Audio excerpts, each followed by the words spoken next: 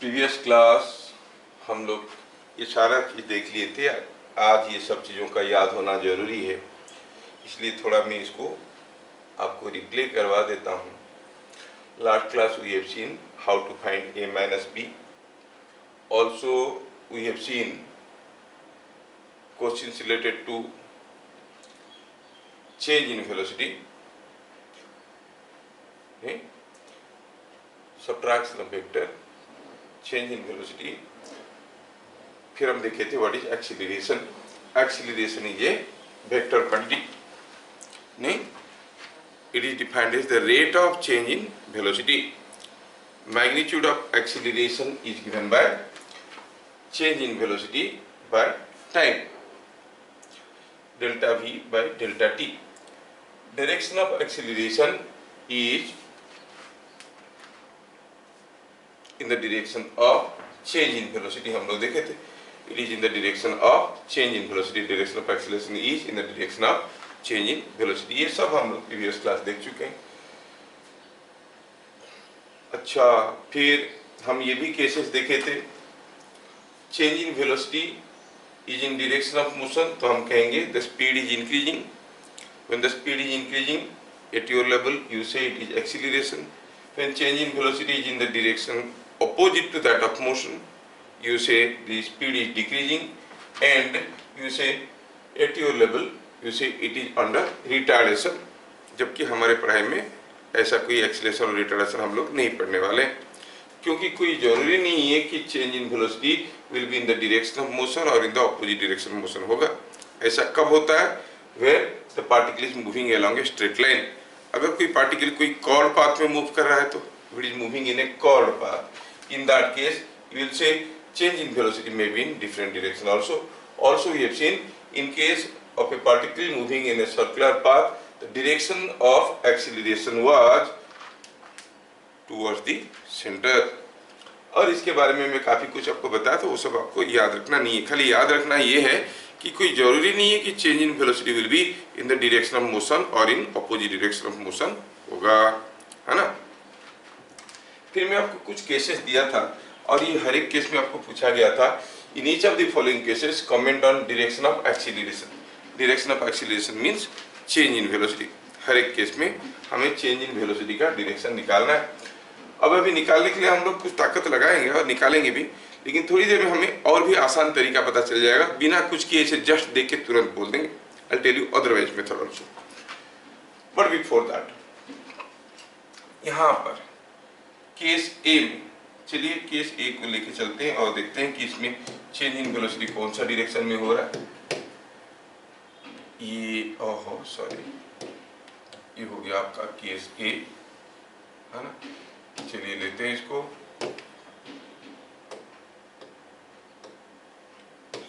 In case of A change in velocity, change in velocity होता है acceleration. हमें मालूम है कि direction of acceleration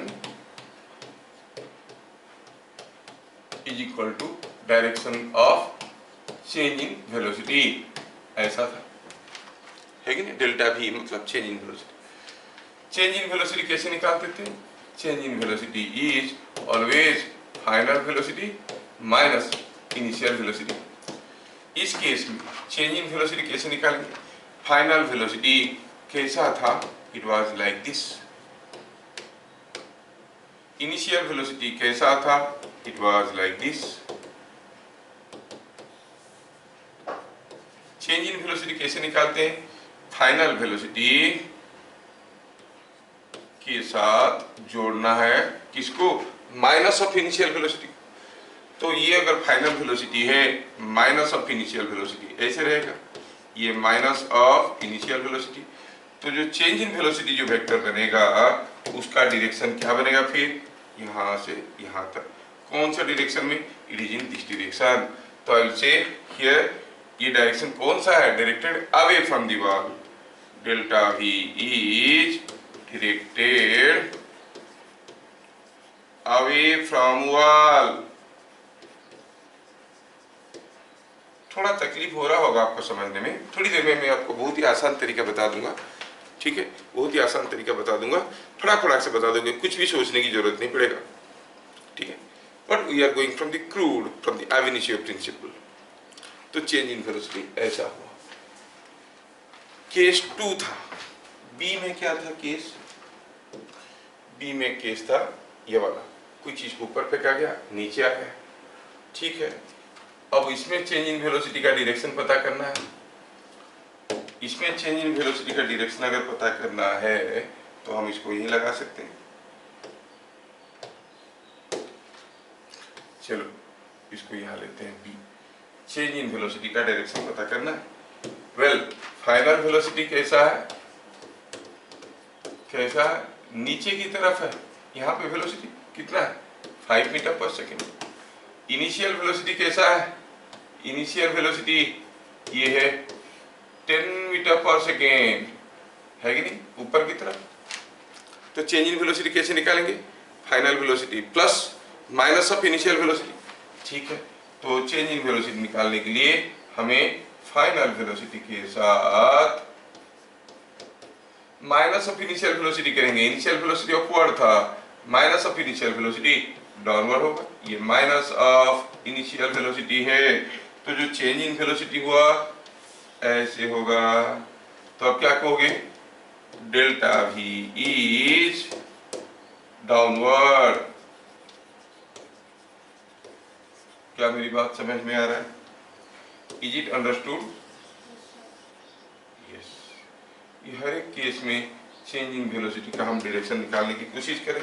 इस केस में ये था चेंज इन वेलोसिटी, इस केस में ये है change in velocity, it is downward. Change in velocity downward means acceleration कैसा है, डाउन। इस केस में एक्सीलरेशन कैसा है, अवे फ्रॉम द वॉल। समझ में आ रहा ना? चलिए नेक्स्ट केस में देखते हैं। नेक्स्ट केस में बीट सी था ये, अब ये ऊपर, फाइनल वेलोसिटी भी ऊपर की तरफ, चेंज इन वेलोसिटी पता करना है। लेट अस गो।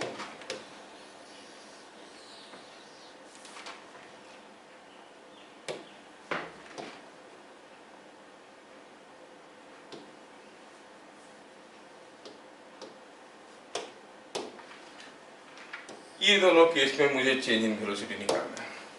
इस केस में फाइनल वेलोसिटी कैसा है भैया, फाइनल वेलोसिटी इज ऊपर की तरफ, कैसा है 5 मीटर पर सेकेंड। इनिशियल वेलोसिटी क्या था, ये भी ऊपर की तरफ 10 मीटर पर सेकेंड। थोड़ा ध्यान से देखो, मुझे चेंज इन वेलोसिटी निकालना है। चेंज इन वेलोसिटी निकालने के लिए फाइनल वेलोसिटी के साथ मैं माइनस ऑफ इनिशियल वेलोसिटी को जोड़ने वाला हूँ। फाइनल वेलोसिटी के साथ minus of initial velocity, minus of initial velocity मतलब इसी का उल्टा, है कि नहीं। Let us take this one, इसी को लेते और उल्टा करके जोड़ते फॉर योर अंडरस्टैंडिंग। यही है जिसको उल्टा करके जोड़ना है। किसके साथ, इसके साथ जोड़ना है, यहीं से जोड़ना है। You have to get it from here. देख लो क्या पता चल रहा है आपको, ये जो वेलोसिटी था, इनिशियल वेलोसिटी, फाइनल वेलोसिटी कितना था, ये इट वाज 5 मीटर पर सेकेंड। अब आप जोड़ रहे हो उल्टा करके, कितना जोड़ रहे हो 10 मीटर पर सेकेंड। तो जो रिजल्टेंट वेलोसिटी होगा that will be change in velocity. वो कहां से शुरू होता है, from the tail of final velocity. कहां खत्म होता है, at the head of minus of initial velocity. क्या बात समझ में आ रहा है? ये कितना होगा, किधर को होगा, ये भी डाउनवर्ड ही हुआ। तो आप कहोगे delta we is downward.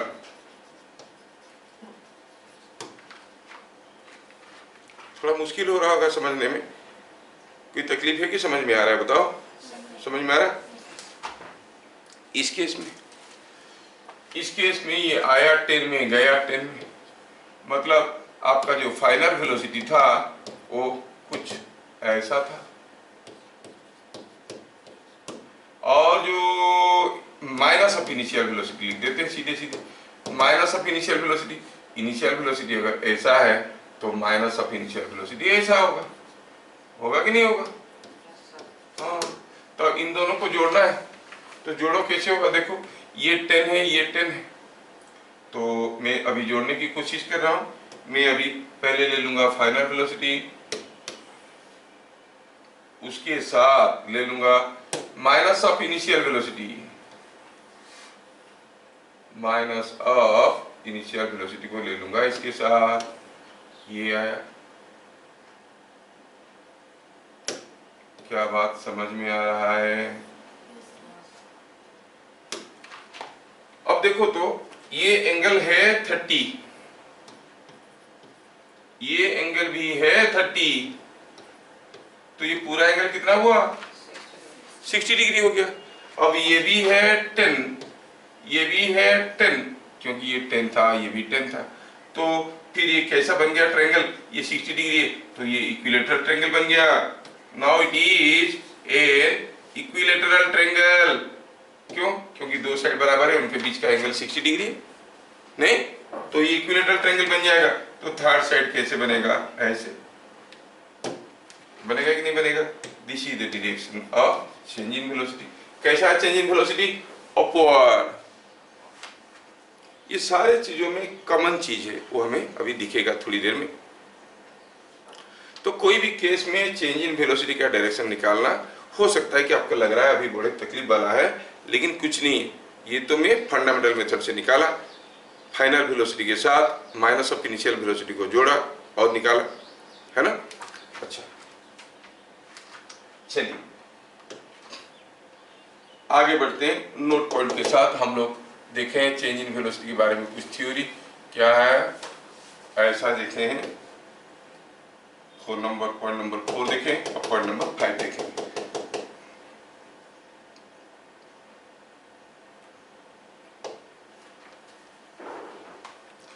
Point number 5 में मैं पॉइंट नंबर 4 का जो समरी आया उसको थोड़ा लिख देना चाहता हूं। For a particle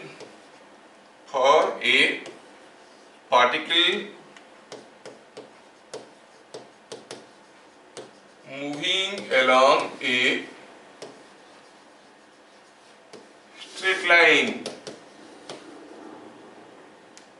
the change in velocity, the acceleration is always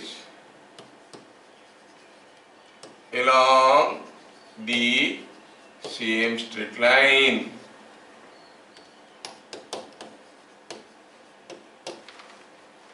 ठीक है, क्योंकि आगे की तरफ होता है और पीछे की तरफ होता है, नहीं? अच्छा, दूसरा क्या देखें? In such case if acceleration is in direction of motion, the speed increases.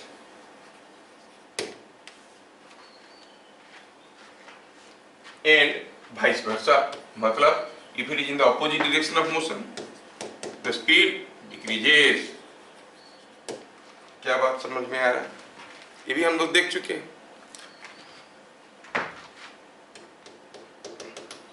For a particle moving along a curved path, the acceleration is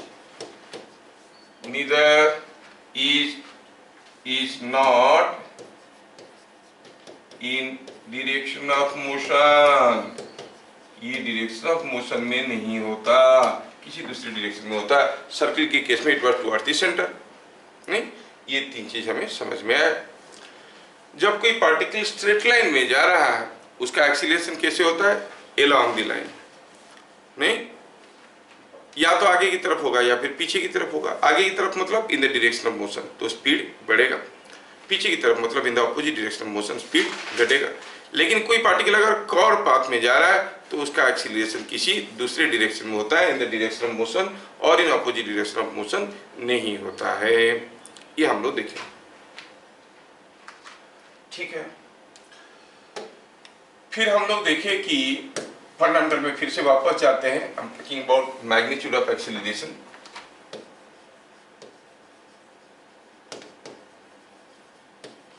इसके बारे में थोड़ा बात करेंगे। तो जो एक्सीलरेशन था वो क्या था? It was dv by dt। तो इसका मतलब जो मैग्नीट्यूड ऑफ एक्सीलरेशन था वो magnitude of change in velocity bye dv लिखो, ये डेल्टा v लिखो, आपके लिए वो ज्यादा कन्वीनियंट रहता है। Right, delta v by delta t। तो मैग्नीट्यूड ऑफ एक्सीलरेशन क्या हो गया? Magnitude of change in velocity by delta T. ये आपको समझ में आ चुका है। फैला के लिखो तो ये क्या था? It was v2 minus v1 और v final minus v initial by t2 minus t1, ऐसे करके लिखे थे। v2 minus v1 bye t2 minus t1 ऐसे करके लिखे थे। अब जो चेंज इन वेलोसिटी होगा, कोई जरूरी नहीं है कि स्पीड बदलेगा तो वेलोसिटी बदलेगा, डायरेक्शन बदलने से भी वेलोसिटी बदलता है।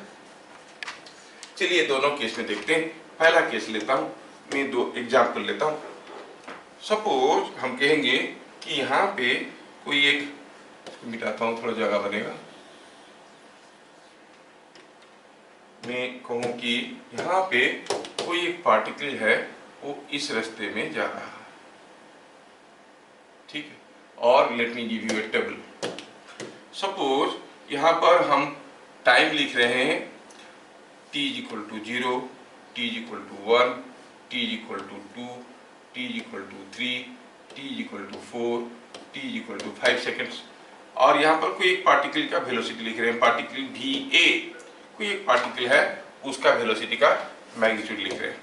यहाँ पे लिख रहे हैं कोई दूसरा पार्टिकल का velocity b, velocity of particle b।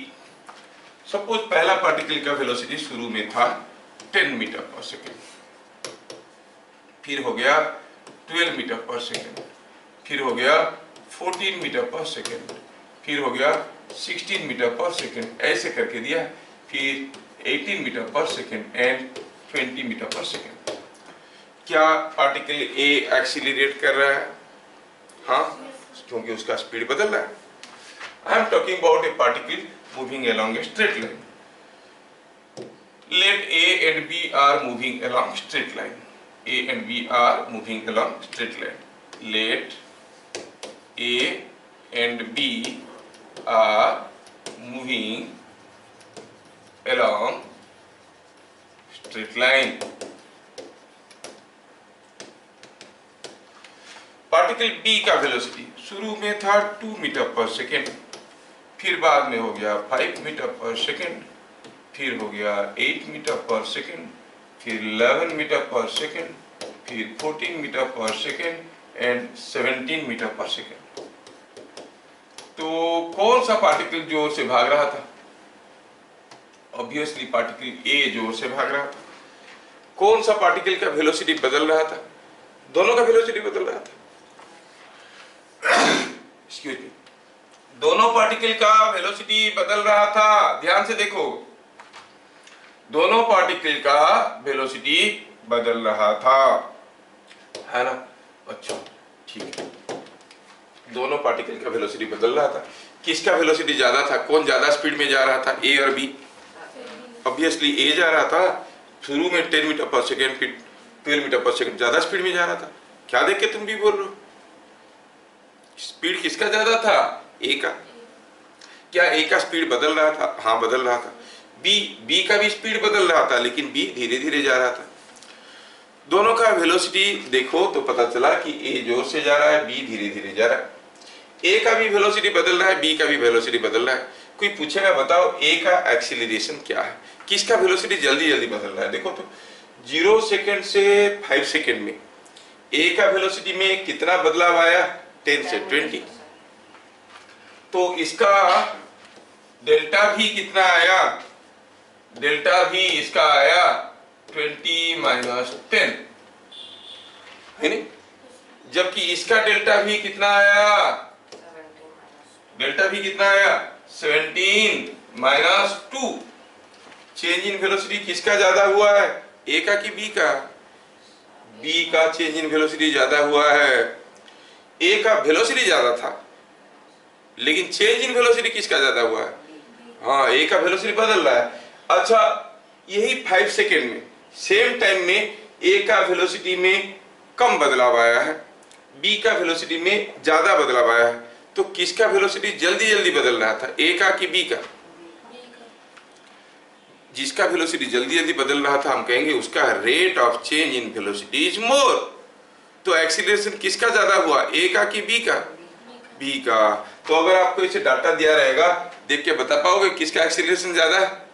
ये देखना है कि चेंज इन वेलोसिटी मायने नहीं रखता है कितनी समय में कितना चेंज इन वेलोसिटी, बराबर टाइम में change in velocity of A is less but change in velocity of B is more, so B undergoes a quicker change in velocity or the rate of change in velocity of B is more। तो हम कहेंगे here delta V for A is less than delta V for B, so acceleration of A is less than acceleration of B। कौन ज्यादा acceleration में जा रहा है? B ज्यादा एक्सीलरेशन में, B का एक्सीलरेशन ज्यादा है। समझ में आ रहा है? क्योंकि B का वेलोसिटी जल्दी जल्दी बदल रहा है, क्योंकि B का वेलोसिटी जल्दी जल्दी बदल रहा है तो हम कहेंगे B का एक्सीलरेशन ज्यादा है। ये जो वेलोसिटी बदल रहा है, किस बलबूते पर हम कहें कि वेलोसिटी बदल रहा है? क्योंकि स्पीड बदल रहा था, नहीं? चलो मैं आपको दूसरा केस दूंगा और उसमें देखना है कि वेलोसिटी कुछ दूसरे तरीके से बदल रहा है। Sir I have a doubt. Sir ये यहाँ पर जो एक्सेलरेशन है वहाँ पे हम एरो क्यों नहीं दे रहे हैं? क्यों नहीं दे रहे हैं? तो प्रिंटिंग मिस्टेक है, दे दिए। ठीक है, चलिए अब सपोज मैं आपको और एक केस देता हूँ, दूसरा एग्जाम्पल देता हूँ। देख लो भैया कि यहाँ पे हुआ यूं है कि कोई एक सर्कुलर पाथ है और ये दूसरा सर्कुलर पाथ है। There are 2 concentric circular paths. ये जो सर्कुलर पाथ है इसमें ए एक पार्टिकल है मूव कर रहा है, बी एक दूसरा पार्टिकल है मूव कर रहा है, ए इधर जा रहा है, बी इधर जा रहा है, दोनों बराबर स्पीड में जा रहे हैं। 2 particles A and B are moving in concentric circles with moving in concentric circles with same constant speed. दोनों बराबर स्पीड में जा रहे हैं और कांस्टेंट स्पीड में जा रहे हैं। ए भी चल रहा है, बी भी चल रहा है। क्या ए कांस्टेंट वेलोसिटी में मूव कर रहा है, उसका स्पीड कांस्टेंट है? नहीं। क्यों? क्योंकि डायरेक्शन ऑफ मोशन तो बदल रहा है। बी का वेलोसिटी कांस्टेंट है क्या? नहीं, बी का भी तो बदल रहा है। अब क्वेश्चन ये है कि किसका एक्सीलरेशन ज्यादा है? ए का वेलोसिटी बदल रहा है, बी का भी वेलोसिटी बदल रहा है। जिसका वेलोसिटी जल्दी जल्दी बदल रहा है उसका एक्सीलरेशन ज्यादा है। जिसका वेलोसिटी जल्दी जल्दी बदलेगा, देखो ए यहाँ पे था और उसका वेलोसिटी भी था, जब वो यहाँ पर आया होगा तब उसका वेलोसिटी क्या हुआ होगा? वही ऐसे हुआ होगा, स्पीड तो सेम है। बी यहाँ पर था तो ये ऐसा था, बी जब यहाँ पर आएगा उसका भी वेलोसिटी ऐसे ही होगा। तो देखो जब ए डैश में गया और बी डैश में गया, दोनों ही केस में ए का इनिशियल वेलोसिटी बी का इनिशियल वेलोसिटी के बराबर है, ए का फाइनल वेलोसिटी बी का फाइनल वेलोसिटी के बराबर है। तो जब ए डैश तक गया, बी डैश तक गया, चेंज इन वेलोसिटी दोनों का बराबर होगा कि नहीं होगा? तो हम क्या लिखेंगे? सॉल्यूशन में लिखेंगे when A moves to A dash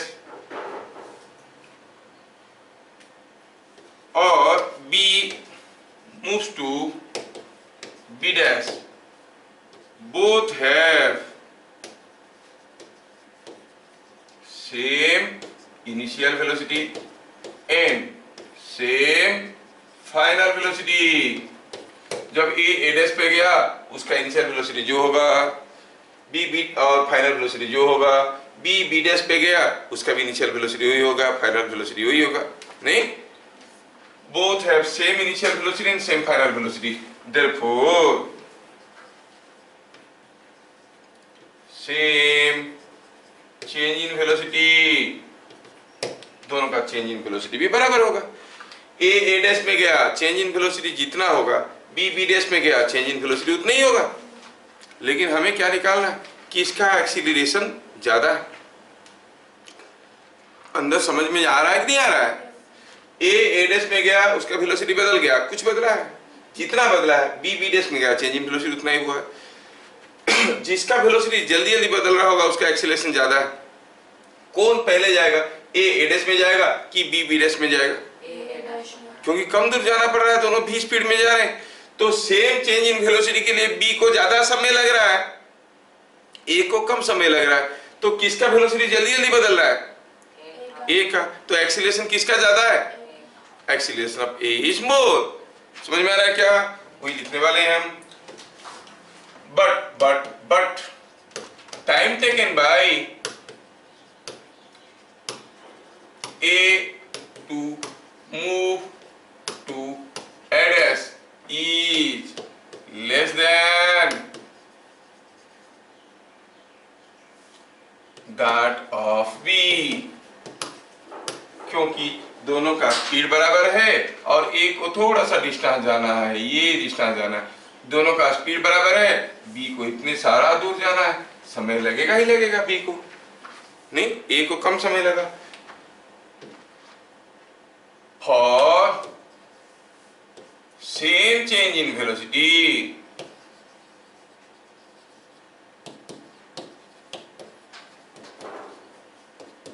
the time taken by A is less.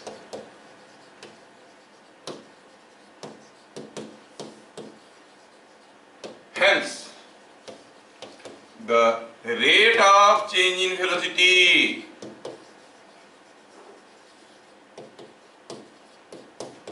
of A is more. Its velocity changing faster. Therefore, acceleration of A is greater than acceleration of B. क्या मेरी बात समझ में आ रहा है? हाँ? तो छोटे सर्किल में जाने से एक्सीलरेशन जल्दी ज्यादा होता है, क्योंकि वेलोसिटी जल्दी जल्दी बदल रहा है, जल्दी जल्दी डायरेक्शन बदल रहा है.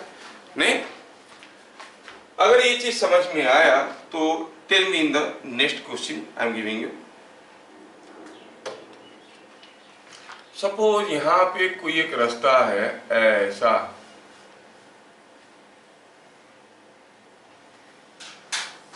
बहुत ही टेढ़ा मेढ़ा रास्ता है, and I located several points on it.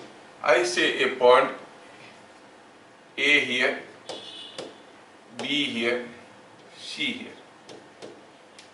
कोई पार्टिकल इस रास्ते में जा रहा है with constant speed. Constant speed में जा रहा है कोई पार्टिकल. ध्यान से थोड़ा रास्ता को देखो. अब इस रास्ते के बारे में हम बात करने वाले हैं. ध्यान से देखो, इस रास्ते में सपोज कोई पार्टिकल ऐसे रास्ते में जा रहा है, इधर से ऐसा. ये पॉइंट है B, ये पॉइंट है A और ये पॉइंट है C. A particle is moving along the track with same speed. Out of the points A, B and C, where acceleration is more, acceleration is maximum, acceleration is maximum, acceleration is minimum. कहाँ पर acceleration maximum है, कहाँ पर acceleration minimum है, same speed में जा रहा है। ए बी सी 3 पॉइंट को देखो, सबसे ज्यादा एक्सीलरेशन कहां पर है, जहां पर वेलोसिटी जल्दी जल्दी बदल रहा है, फटाक से डायरेक्शन बदल रहा है, कहां पे, ये यहां पे है कि नहीं। तो आप कहोगे आंसर क्या हो गया, acceleration of v at v is maximum. Minimum कहां पर होगा, सी में है। देखा तुम लोग कितना बढ़िया पकड़ लेते हो, acceleration at c is minimum, is maximum, is minimum। समझ में आ रहा है। Try to catch the concepts. ये स्कूल वाला पढ़ाई नहीं है कि खाली रट्टा मार देंगे, ना ही आपको कोई ये क्वेश्चन पूछेगा, इस फंडामेंटल के ऊपर क्वेश्चन आपको पूछा जाएगा, है ना। अच्छा, तो चेक करने की आपको तरीका समझ में आया, ठीक। Now let us go to another deeper concept।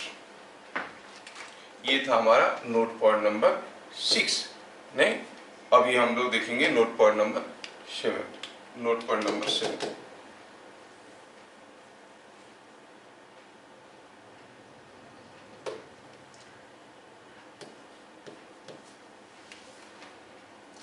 बताओ, acceleration is rate of change in velocity, you know.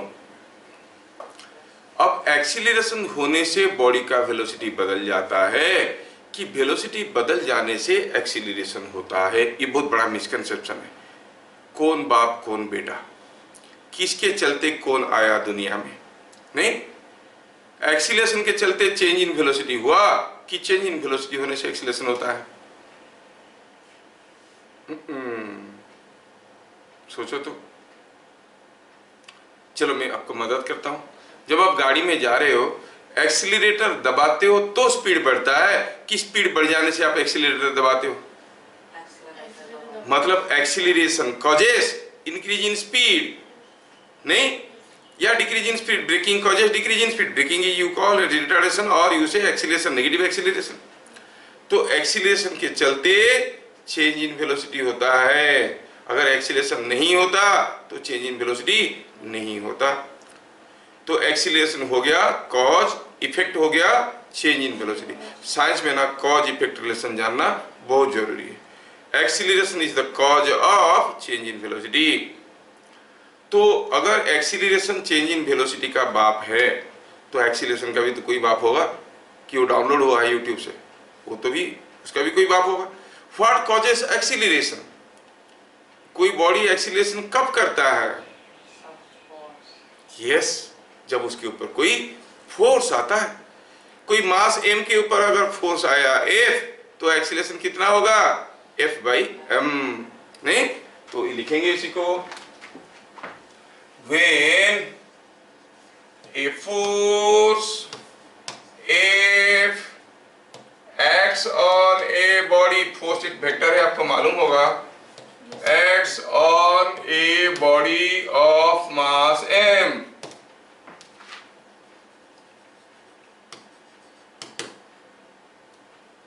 the body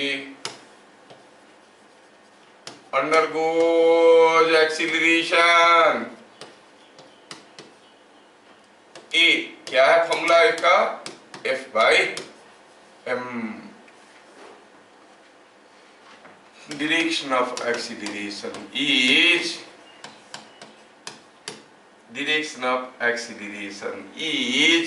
in direction of force, it is in direction of force। समझ में आया। कोई बॉडी एक्सीलरेट कब करता है, जब उसके ऊपर कोई फोर्स आता है। जैसे मान लो कि ये कोई एक ब्लॉक है, इसके ऊपर में फोर्स लगाया तो ये बॉडी एक्सीलरेट करने लगेगा। क्या होगा एक्सीलरेशन, F/m, और कौन से डायरेक्शन में, इन the direction of force, move in the direction of force. समझ में आया। अच्छा, हम जानते हैं एक्सीलरेशन किधर को होता था, चेंज इन वेलोसिटी के डायरेक्शन में। अब उल्टा कहेंगे, चेंज इन वेलोसिटी किस डायरेक्शन में होता है, in the direction of acceleration. मान लो कि ये बॉडी मूव कर रहा था ऑलरेडी और आपने उसके ऊपर फोर्स लगाया, अब उसका स्पीड बढ़ेगा, तो आप कहोगे yes acceleration is in the direction of motion. अगर बॉडी मूव कर रहा था, आप इसको खींच के रोकने की कोशिश करो, कोई डाउन में कोई बड़ा सा हेवी ब्लॉक है, स्लाइड करके नीचे जाने की कोशिश करो, आप खींच के रोकने की कोशिश करो, your force is opposite to motion, acceleration is opposite to motion, उसका स्पीड धीरे धीरे घटेगा, है कि नहीं? मतलब किसी भी केस में अगर आपको चेंज इन वेलोसिटी का डायरेक्शन पूछा गया, हम लोग क्या करते थे, final velocity minus initial velocity करके करते थे। अब तो दूसरा तरीका पता चल गया, क्या है? Change in velocity is in the direction of acceleration and acceleration is in the direction of force. हर एक केस में डायरेक्शन ऑफ फोर्स देख लो, फोर्स बता देगा कि चेंज इन वेलोसिटी किस डायरेक्शन में होगा। Let us go back to our previous question, जो हम लोग कितना मेहनत करके कर रहे थे। और देखिए ये वाला क्वेश्चन देखो, तो ये वाला क्वेश्चन, ये क्वेश्चन नहीं, ये वाला इसमें, यस बताओ, जब ये बॉल आया दीवार के साथ टकराया, तो जैसे बॉल आके दीवार के टकराया, दीवार ने बॉल को अट्रैक्ट किया कि पुश किया? फोर्स कैसे हुआ? ऐसे। तो एक्सीलरेशन किधर को होगा? ऐसे। Change in velocity away from the wall, so simple, है कि नहीं? इस केस में देखो, कोई बॉल का आप ऊपर फेंक दिए हवा में, ये गया ऊपर गया, नीचे आया, रास्ते में हर जगह उसको कोई फोर्स नीचे की तरफ खींच रहा था। क्या था? वेट इज ए फोर्स, वो नीचे की तरफ खींच रहा था। तो चेंज इन वेलोसिटी किधर को होगा? In the downward direction. समझ में आ रहा है कि नहीं आ रहा है? इस केस में ये बॉल को फेंके, ये गया ऊपर, लेकिन रास्ते भर उसका वेट उसको खींच रहा था। चेंज इन वेलोसिटी कैसे होगा? डाउनवर्ड डायरेक्शन में, क्योंकि फोर्स इधर को, एक्सेलरेशन इधर को, एक्सेलरेशन इधर को, चेंज इन वेलोसिटी उधर को। क्या बात समझ में आ रहा है? अरे नहीं आया क्या? क्लियर है? देखो इस केस में जब ये बॉल आया और आके टकराया, बॉल आया टकराया, अब ये बॉल के बारे में सोचो, जब ये टकराया, ये फ्लोर ने उसको अट्रैक्ट किया कि पुश किया? पुश किया। किस डायरेक्शन में पुश किया? It pushes it in this direction. तो चेंज इन वेलोसिटी अगर फोर्स हुआ ऐसे, तो चेंज इन वेलोसिटी भी अपवर्ड होगा। सारा केस में हम लोग फटाफट निकाल देंगे। Are you getting? The direction of change in velocity is of course in the direction of it is in the certainly in the direction of force. लेकिन हम लोग क्या करते थे? Final velocity minus initial velocity करके करते थे। दोनों तरीके से देख लिए कि हम उधर से जो जानते हैं, इधर से जो जानते हैं, देयर satisfying each other। क्या बात समझ में आया? हाँ, तो डायरेक्शन ऑफ एक्सीलरेशन निकालना कोई मुश्किल बात नहीं है, direction of change in velocity निकालना कोई मुश्किल बात नहीं है। ठीक है, तो हम देखें कि direction of acceleration is in the direction of force. अब यहाँ पे जब मैं फोर्स बोल रहा हूँ ना, मैं बात कर रहा हूँ net force, unbalanced force, external force. मैं ज्यादा गहराई में नहीं जाना चाहता हूँ, फिर हम लोग न्यूटन्स लॉ पढ़ेंगे, वहां पर ये सब एडजेक्टिव आएंगे। एक्सटर्नल फोर्स मतलब क्या है, अनबैलेंस्ड फोर्स मतलब क्या है, ऐसे करके आएगा। तो अभी जान लो कि net force, net external force. Okay, अच्छा, अब तुम्हारे बुक का दूसरी डेफिनेशन पे आते हैं। कोई बॉडी यूनिफॉर्म एक्सीलरेशन मोशन में है कब कहते हैं? जब उसका एक्सीलरेशन यूनिफॉर्म है। अरे सिंपल सा, रेड कलर का वॉल किसको कहते हैं? जो वॉल की कलर रेड है, सिंपल है। यूनिफॉर्म का मतलब जैसे मान लो कि ये वॉल है, ये वॉल में एक ब्लू स्ट्रिप है, एक रेड है, एक येलो है ना, ऐसे करके स्ट्रिप बना गया। और ये वाला जो है पूरा पिंक है, ये वाला वॉल। आप क्या कहोगे? This wall is uniformly colour, है कि नहीं? यूनिफॉर्म मतलब हर जगह बराबर है। स्कूल यूनिफॉर्म में जाओ मतलब हर एक का ड्रेस बराबर होना चाहिए, है ना?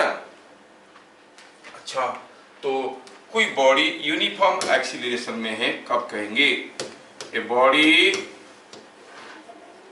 Is said to be in uniform acceleration motion. A body is said to be in uniform acceleration motion. if its acceleration is constant, अगर उसका एक्सीलरेशन कांस्टेंट है थ्रू आउट द मोशन तो हम कहेंगे ये यूनिफॉर्म एक्सीलरेशन मोशन है ना। अगर यूनिफॉर्म एक्सीलरेशन मोशन है तो उसके लिए कुछ मोशन इक्वेशन है जो शायद तुम लोग नहीं जानते हो। v = u + at ये सब फॉर्मूला जानते हो, थोड़ा थोड़ा सुने हो, ये सुने हो देखो। तो ऐसे करके कुछ इक्वेशन है, they are valid for uniform acceleration motion. लेकिन पता कैसे करें कि कौन सा मोशन यूनिफॉर्म एक्सीलरेशन मोशन है? नहीं, जो मोशन में एक्सीलरेशन कांस्टेंट है। अरे एक्सीलरेशन कांस्टेंट कैसे पता चलेगा? Rate of change in velocity is constant, calculate करके देखना पड़ता है। लेकिन हम देखें दूसरा तरीका, acceleration is force by mass. Acceleration कब कांस्टेंट होगा? When the force is constant, क्योंकि मास तो बदलता ही नहीं है कि नहीं। तो हम कहेंगे therefore whenever a body is driven by a constant force, it undergoes uniform acceleration motion। अगर कोई बॉडी को कांस्टेंट फोर्स ड्राइव कर रहा है तो हम कहेंगे ये यूनिफॉर्म एक्सीलरेशन मोशन में है कि नहीं।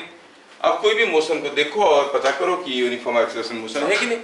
जैसे जैसे मैं आपको कुछ केसेस देता हूँ। सपोज एक एग्जांपल देता हूँ यहाँ से। हाँ बोलो। Sir can I leave? Yes yes, no problem, ठीक है। देखो यहाँ पे अगर कोई बॉडी को मैं यहाँ से फेंकता हूँ, ऐसे हो गया, ऐसे और गिरा ऐसे। I'm talking about motion under gravity। कोई बॉल को ऐसे फेंक देंगे तो ऐसे कैसे गिर रहा है, neglect air resistance and all that. अच्छा, कोई दूसरे बॉडी को मैंने क्या किया, दूसरी किस्म का मोशन दिया। कैसा मोशन दिया? मान लो कि यहाँ पे कोई एक बॉडी है जो कि किसी एक स्प्रिंग के साथ अटैच्ड है। It is attached to a spring. अब क्या हुआ कि ये जो बॉडी है इसको मैं पकड़ के किक मार देता हूं तो ये ऐसे ऐसे ऑसिलेट करेगा कि नहीं करेगा? Will it not oscillate like this? जब वो ऐसे ऑसिलेट कर रहा है, ये वाला मोशन, बताना आपको ये है कि यूनिफॉर्म एक्सीलरेशन मोशन है कि नहीं। इसका मोशन तो ऐसे ऐसे गया, यहाँ पे आके गिरा, ये यूनिफॉर्म एक्सीलरेशन मोशन है कि नहीं। सोचो कि कोई एक न्यूक्लियस की चारों तरफ एक इलेक्ट्रॉन घूम रहा है, और जानते हो कि इलेक्ट्रॉन एक नेगेटिव चार्ज है और न्यूक्लियस इसको पकड़ के रखता है। Nucleus being a positive charge, ये इसको पकड़ के रखता है, तो ये इलेक्ट्रॉन घूम रहा है। ये जो इलेक्ट्रॉन का मोशन है ये यूनिफॉर्म एक्सीलरेशन मोशन है कि नहीं है ना? पहचान में आना चाहिए। तीसरे केस में, चौथा केस में, कोई बॉल को मैंने सीधे ऊपर फेंका और ये बॉल गया ऐसे और फिर वापस आया, ये टोटल मोशन। आपको बताना है कि ये चार मोशन में से कौन कौन सा मोशन यूनिफॉर्म एक्सीलरेशन मोशन है। Which motions are uniform acceleration motion? ठीक है, चलिए कोशिश करिए सोचने की।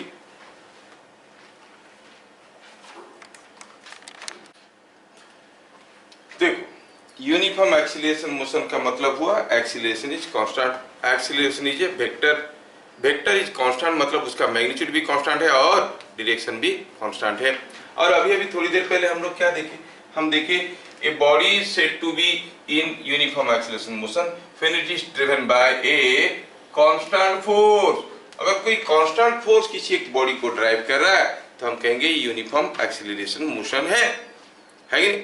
अच्छा, पहला केस में देखो, हम ये बॉल को फेंक दिए हवा में। जब वो हवा में उड़ते हुए जा रहा था, क्या इसके ऊपर कोई फोर्स आ रहा था? यस, क्या था वो फोर्स? उसका अपना वेट। किस डायरेक्शन में था? The wait was the force of gravity, तो वेट इसका नीचे की तरफ था, यहाँ पे नीचे की तरफ था, यहाँ पे नीचे की तरफ था। क्या रास्ता भर हर जगह उसके ऊपर एक कांस्टेंट फोर्स आ रहा था? यस, क्योंकि वेट कांस्टेंट है, नहीं, और डायरेक्शन भी कांस्टेंट है, तो ये यूनिफॉर्म एक्सीलरेशन मोशन हुआ कि नहीं हुआ? Yes, it is uniform acceleration, uniform acceleration.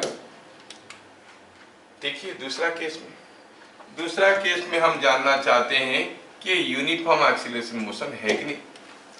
जब ये ब्लॉक ऐसे रखा हुआ था, आपने किक लगाया और पता चला कि ये ब्लॉक किक खाने के बाद कैसे चलने लगा, ये ऐसा ऐसा ऑसिलेट करने लगा। सोचो जब ये स्प्रिंग यहाँ पर आ गया था ब्लॉक, क्या स्प्रिंग इसको पुल कर रहा था कि पुश कर रहा था? पुल कर रहा था। जब वो इधर आ गया था, स्प्रिंग इसको पुश कर रहा था। मतलब इसके ऊपर जो फोर्स आ रहा है, कभी पुशिंग है तो कभी पुलिंग है। क्या डायरेक्शन ऑफ फोर्स कांस्टेंट है? अब डायरेक्शन ऑफ फोर्स कांस्टेंट नहीं है तो फोर्स कैसे कांस्टेंट होगा? है कि नहीं? तो the force is not constant, तो ये यूनिफॉर्म एक्सीलरेशन होगा कि नॉन यूनिफॉर्म एक्सीलरेशन होगा? Non uniform.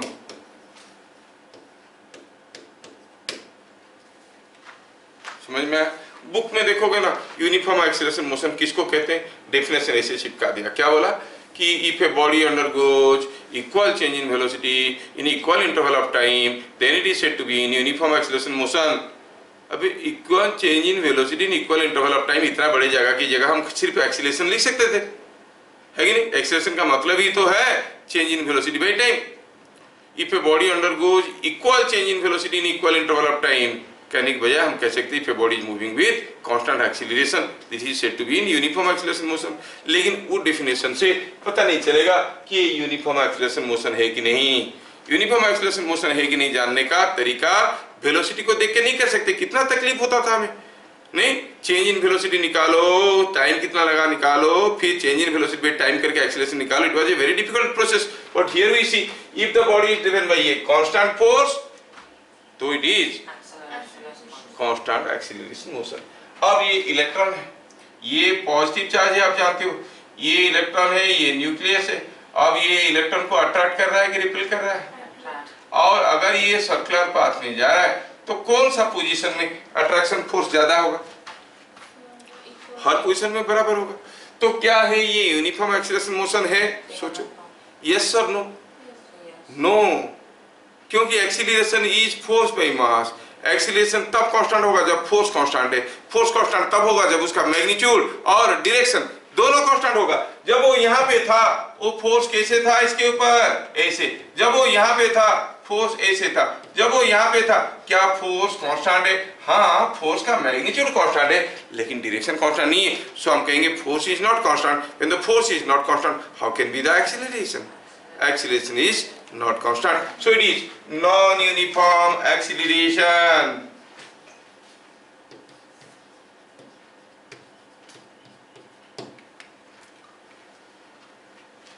समझ में आ रहा है क्या?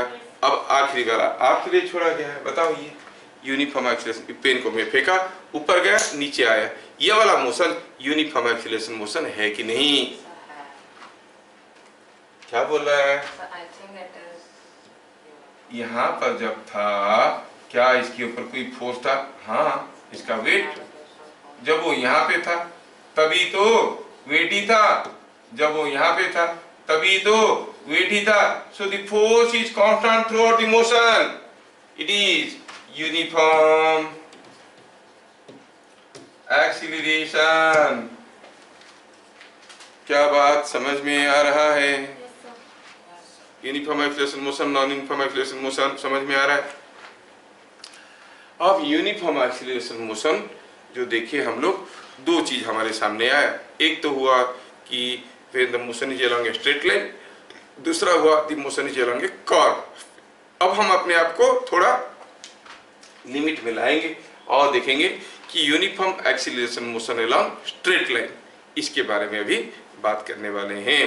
ठीक है, तो अब हमारा जो नेक्स्ट टॉपिक होगा वो टॉपिक में हम लोग देखने वाले हैं uniform acceleration motion along straight line. Uniform acceleration motion along straight line. Uniform acceleration motion along straight line, कोई पार्टिकल स्ट्रेट लाइन में जा रहा है और यूनिफॉर्म एक्सीलरेशन मोशन है, उसकी मोशन के बारे में इंपॉर्टेंट चीजें हमें देखने वाले हैं। समझ में आया?